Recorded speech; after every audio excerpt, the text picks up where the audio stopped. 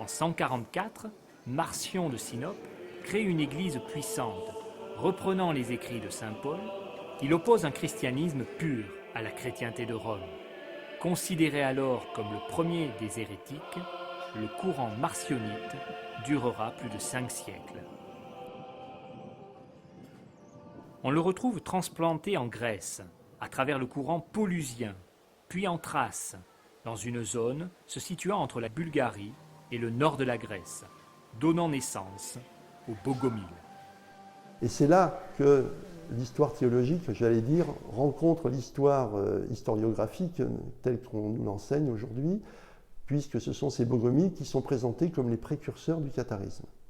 En réalité, vraisemblablement qu'une partie des Pauliciens qui se trouvaient encore dans l'ouest de la Turquie, près de la mer Méditerranée, ont aussi, d'une certaine façon, influencé la croyance des croisés, notamment ceux de Raymond de Toulouse. Et grâce à leur travail on allait dire de prosélytisme, ces croisés sont revenus avec des idées chrétiennes différentes de celles de l'Église de Rome, alors qu'ils étaient partis défendre l'Église de Rome en Terre Sainte. Il y a énormément d'églises dites hérétiques, et il serait trop long ici de faire le détail de toutes ces églises, mais les manichéens sont des chrétiens, même s'ils font un syncrétisme avec des religions non chrétiennes.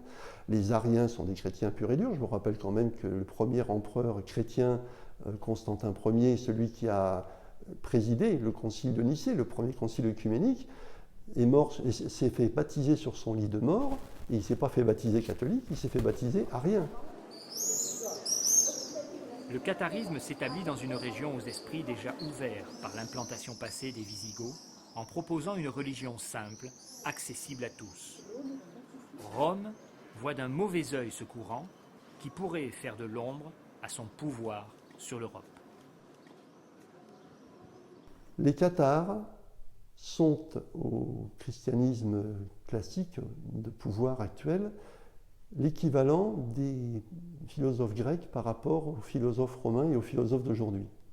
C'est-à-dire qu'eux disent des choses mais les vivent. Ils sont l'exemple vivant de leur théorie. C'est-à-dire que quand un cathare vous dit que la richesse en ce monde ne conduit pas à Dieu, il ne se contente pas de vous le dire pour remonter ensuite dans son carrosse. Non, il le vit au quotidien. Il est pauvre réellement. Et surtout, un cathare va avoir une lecture des évangiles, par exemple, extrêmement différente d'un catholique. Souvent d'ailleurs antinomique. Là où le catholique verra qu'il faut être du côté du plus fort pour être du côté de Dieu, le cathare verra l'inverse.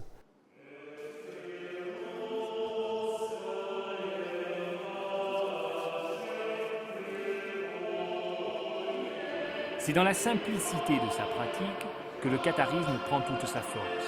Il propose et innove par la pensée plutôt que d'imposer. La hiérarchie aide à avancer pour établir le monde de demain, là où les catholiques établissent des doctrines afin d'asseoir leur pouvoir. Le christianisme cathare, en fin de compte, c'est ça. Ce sont des croyants assemblés autour de gens qui ont été un peu plus loin que ces croyants, qui ont mis en œuvre, en pratique quotidienne, les préceptes qui constituent le fondement de la religion cathare. Mais ces préceptes ne sont pas des dogmes, ce sont simplement des théories éprouvées par des études profondes, par des recherches et par des pratiques. Si le cathare est non violent, ce n'est pas parce qu'il est interdit d'être violent. Il est non violent parce qu'il ressent au profond de lui-même que la violence ne peut pas être la voie de Dieu. Et ça, c'est le catharisme. C'est-à-dire qu'on n'est pas dans un système dogmatique où vous devez respecter des lois, on est dans un système où c'est la foi et l'esprit qui est en vous et qui vous pousse à faire des choix. L'idée que chacun puisse avoir le choix de son chemin est un fondement essentiel au catharisme. Instruits et réfléchis, les prédicateurs cathares évoquent les incohérences des dogmes de la chrétienté catholique.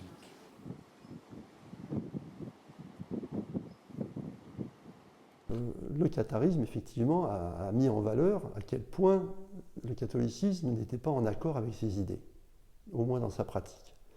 En outre, les cathares, effectivement, étaient des gens extrêmement instruits. Ils ne parlaient pas sans savoir de ce qu'ils évoquaient. Ils avaient une formation très longue. Et cette formation faisait d'eux des experts en théologie, aussi bien la théologie judéo-chrétienne des catholiques que la leur, et ce qui fait qu'ils étaient capables de soutenir des controverses, et il y en a eu plusieurs dans la région, où ils avaient souvent le beau rôle.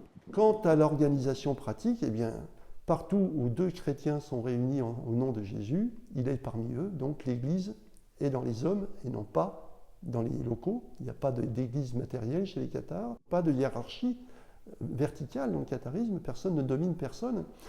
Il peut y avoir une hiérarchie organisationnelle qui emploie les mêmes mots que la hiérarchie verticale des catholiques, évêque, diacre, fils majeur, fils mineur, mais en réalité, ça ne correspond pas du tout au même statut ecclésial. Jusqu'en 1229, l'Église catholique proclame une croisade en Languedoc, dominée par deux familles, la maison de Toulouse et la maison Trencavel. Raymond VI de Toulouse se croise, alors que Trencavel se prépare à la défense contre la croisade. Alors, la croisade contre les Albigeois, qui a duré au total, en comptant tout, on va dire pas loin d'une quarantaine d'années, en fait, n'a pas vraiment éradiqué le catharisme, bien au contraire, on avait même un évêché de plus à la fin de la croisade qu'avant.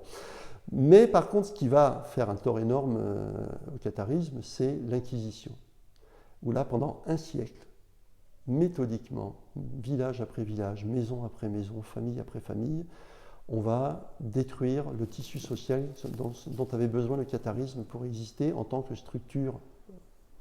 Et effectivement, au bout de ce siècle, on va s'apercevoir qu'il ne reste plus rien du catharisme en tant que structure organisée.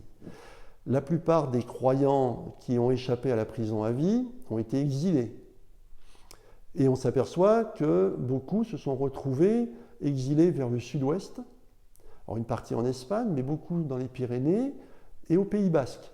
Je quitte le pays cathare en imaginant la possibilité d'atteindre un monde où la recherche du pouvoir et du plaisir à tout prix aurait disparu. Peut-être, quelque part sur ces terres, de nouveaux esprits plus éclairés deviendront-ils un jour les nouveaux cathares.